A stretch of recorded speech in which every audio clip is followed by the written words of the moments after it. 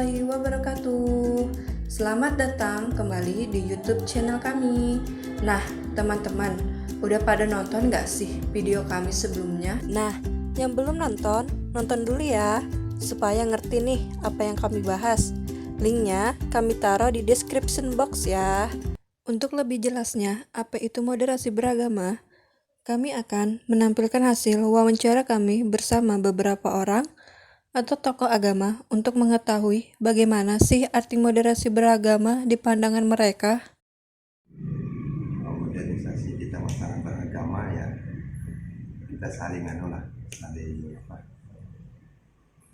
menghargai sesama. Kami ya, kalau kita dari sesuai ajaran kita yang kita anut ya, kita saling menghargai. Di samping sesuai dengan keberagaman itu kita harus menghargai bersama. Kita juga harus memperhatikan agama-agama kita. Moderasi agama sih sebenarnya bagaimana setiap orang memiliki hak asasinya sendiri yang sudah diatur. Dalam hal ini yang diatur sebagai warga negara Republik Indonesia yaitu ya kebebasan beragama. Bahkan sekarang pun sudah diatur untuk kepercayaan tertentu atau adat itu pun diterima. Jadi hak-hak itu diberikan menurut saya sendiri tepat ketika kita bicara namanya bagaimana kepercayaan kita itu tidak membatasi kita bergaul, bersosialisasi dengan setiap orang. Kalau pandangan saya secara pribadi atau mungkin boleh dikatakan secara agama itu memandang bahwa berbicara moderasi agama itu sebenarnya letaknya pada praktik dan pengamalan, bukan moderasi dalam artian agamanya yang dimutasi, bukan itu, tapi praktik ini dan perlu dimoderasi gitu, karena jangan sampai apa istilahnya terlalu ekstrim namun ternyata tidak sesuai dengan nilai-nilai agama yang diajarkan gitu. Moderasi beragama adalah cara pandang proses, cara pandang orang yang melaksanakan mempraktikkan agama tetapi dengan seimbang dan adil, ya, yang adil, sehingga tidak menjalankan namanya jalan ekstrim yang berlebihan, karena sesuatu yang berlebihan itu akan mengakibatkan dampak negatif. Tapi kalau kita menjalankan suatu agama dengan seimbang, dengan adil, itu akan menyebabkan yang namanya keseimbangan, karena tujuannya adalah keseimbangan. Pandangan saya bahwa kita memang ini anugerah dari Tuhan. Menurut saya kita lahir, kita besar, kita ada di Indonesia, di mana terdiri dari berbagai macam pulau, berbagai macam suku, ras, agama, dan semua ada di Indonesia. Bayangkan saja kalau sesuatu itu dipakai untuk menjadi kepentingan. Nah, jadi sekali lagi Indonesia ini sungguh sangat besar, lebih besar dari bahkan dari diri kita sendiri. Jadi menurut saya cara pandang kita secara moderasi beragama kita, betul-betul kita memaknai segala sesuatu itu as a personal kepada Tuhan. Jadi kalau kebersamaan ini kita ada nilai-nilai sosial yang kita jaga di sana dan kita sepakati bersama. Nah, itu yang harus kita jaga untuk khususnya di Indonesia. Nah, saya pikir itu menjadi bagian penting. Nah, seperti hal yang katakan tadi, kita hidup di bangsa Indonesia dan kita tidak memilih awalnya ketika kita mau lahir di negara ini, dan kita hidup sekarang sampai saat ini. Kita ada, harusnya kita sudah mengerti ya bagaimana kita hidup. Tentu para orang-orang besar sebelumnya telah menyusun, merancangkan setiap dinamakan dari nilai penting dari negara ini sendiri yang sudah ditanamkan, yang sudah mereka renungkan dengan baik dan harus dijalankan sampai saat ini. Dan kita sebagai penerusnya bagaimana melihat lihat dari sikap toleransi terhadap agama ini ya harus dipertahankan. Kita tidak bisa memaksakan kehendak orang, kita tidak bisa memaksa untuk mempercayai satu keyakinan, tapi bagian terpenting ya kita ambil sikap sosial kita aja sebagai manusia terhadap toleransi beragama.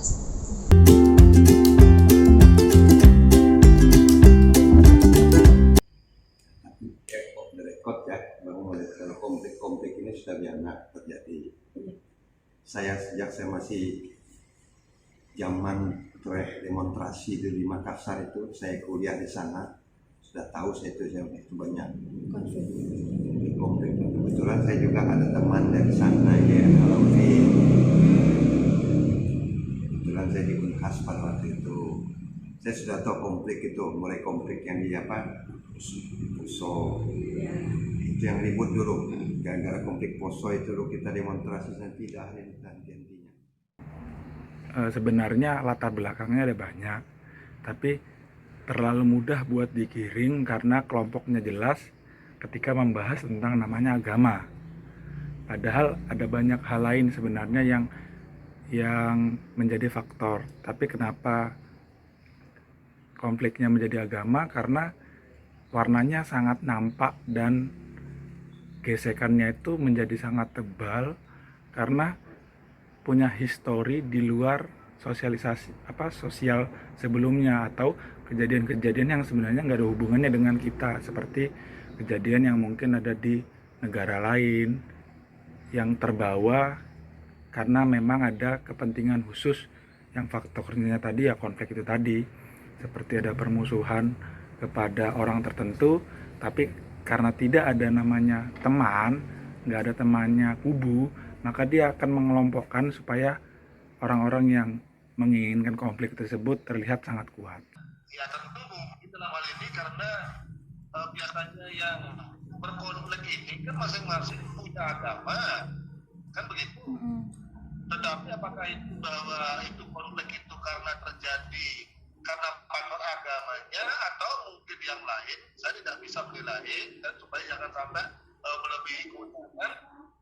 Sebab kalau menilai bahwa agamanya yang berkonflik berarti kan satu agama dengan agama lain berarti kan bermusuhan, kan begitu. Tetapi kalau orangnya yang berkonflik tidak otomatis agamanya berkonflik, kan begitu. Konflik ini biasanya konflik yang terjadi moderasi beragama adalah penyampaian. Karena penyampaian tentang pengertian moderasi beragama, tujuan beragama itu hanya sebatas, gak nyampe ke bawah akar rumput, sehingga pemahaman moderasi beragama itu terjadi namanya miskomunikasi tujuannya. Padahal tujuan moderasi beragama itu baik banget, khususnya untuk bangsa kita, untuk Indonesia yang memang pada dasarnya berbeda-beda, baik itu suku, bahasa, kemudian agama. Itu moderasi beragama itu sangat cocok sebenarnya, karena kita di situ adalah mencari kesamaan dulu tadi. Kesamaan apa? Kita sebagai anak bangsa, kita lahir di bangsa kita, itu kesamaan kita dulu. Kalau konflik itu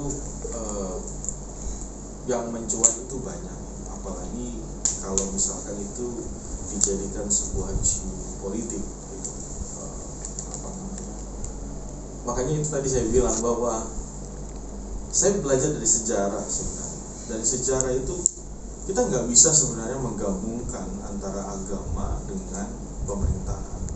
Bukan berarti saya juga setuju banget dengan yang namanya sekularisme dan sebagainya. Saya ada tatanan nilai yang harus kita jaga. Sekali lagi karena kita lahir dan besar sebagai orang Indonesia. Jadi ada nilai-nilai, ada kaidah-kaidah yang memang harus kita jaga gitu. Nah, kalau isu tadi dari dulu sih akan punya banyak kepentingan dan konflik kalau itu agama dijadikan sebagai sumber atau dasar sebuah pemerintahan, maka akan ada dua kepala, akan ada sesuatu hal yang bisa terjadi konflik yang lebih besar lagi. Dari sejarahnya kita lihat aja di Bizantium hari ini, ya kan, nggak ada lagi namanya Bizantium, bukan menjadikan agama negara. dari yang saya pelajari memang kalau itu dijadikan agama negara, itu akan menjadi sebuah hal yang akan sangat muncul konflik besar. Tapi kalau nilai-nilainya masuk dalam pemerintahan, wah itu bagus banget. Tapi ya maksudnya jadi ada nilai-nilai yang itu bisa membangun individualnya. Jadi sekali lagi kalau isu-isu yang berkembang hari-hari ini sebenarnya kembali ke personal. Yang saya dengar sih semua masalah personal. It's all about personal. Agama nggak pernah ajarkan kita untuk kita melukai satu dengan yang lainnya.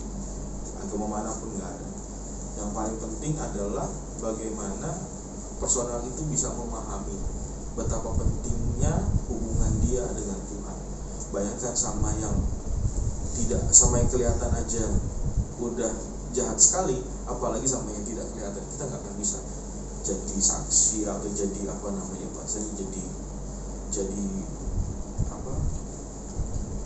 jadi panutan, jadi berkat buat orang lain, gitu. Jadi membawa damai buat orang lain. Yang pernah saya dengar, saya lihat mengenai isu mengatasnamakan organisasi, mengatasnamakan ya terutama tadi pribadi demi kepentingan sendiri yang berlandaskan di atas dasar agama, entah agama apapun itu yang mencoba mencari kepentingan sendiri, ya saya pikir itu tidak dibenarkan sama sekali. Isu-isu tersebut.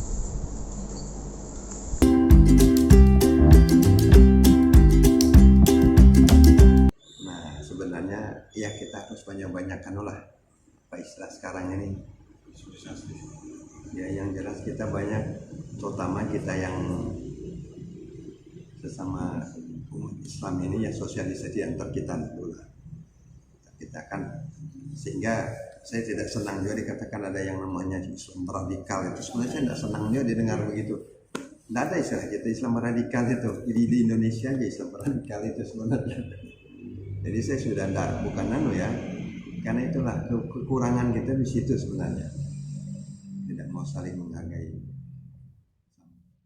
Kalau menurut Bapak sendiri sebenarnya peran pemerintah ini menjadi sangat vital dan krusial karena pemerintahlah yang akan menjadi teladan bagi masyarakat itu sendiri. Salah satu bentuknya yang seperti selalu memberikan informasi apa yang benar dan apa yang nggak benar agar tidak terjadi namanya kesalahpahaman dan isu-isu yang berkaitan dengan namanya konflik itu harus segera diperjelas, dikaitkan kubu dengan kubu mana, kepentingan yang lain dengan lain seperti apa. Jangan sampai pemerintah yang harus menjadi teladan itu justru melakukan pembiaran yang akhirnya isunya berkelanjutan dan tidak terarah seperti itu. Jadi siapa yang bermasalah sebenarnya harus langsung, karena orang yang berkonflik seharusnya membawa oknum, bukan membawa latar belakang dan lain-lain.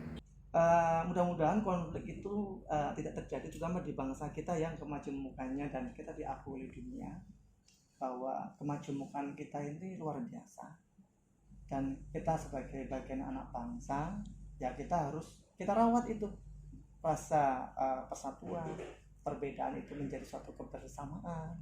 Jadi itu yang harus kita jaga. Yang kedua adalah cara berpikir kita. Cara berpikir kita adalah harus positif dulu, jangan negatif. Yang kita lakukan adalah solusinya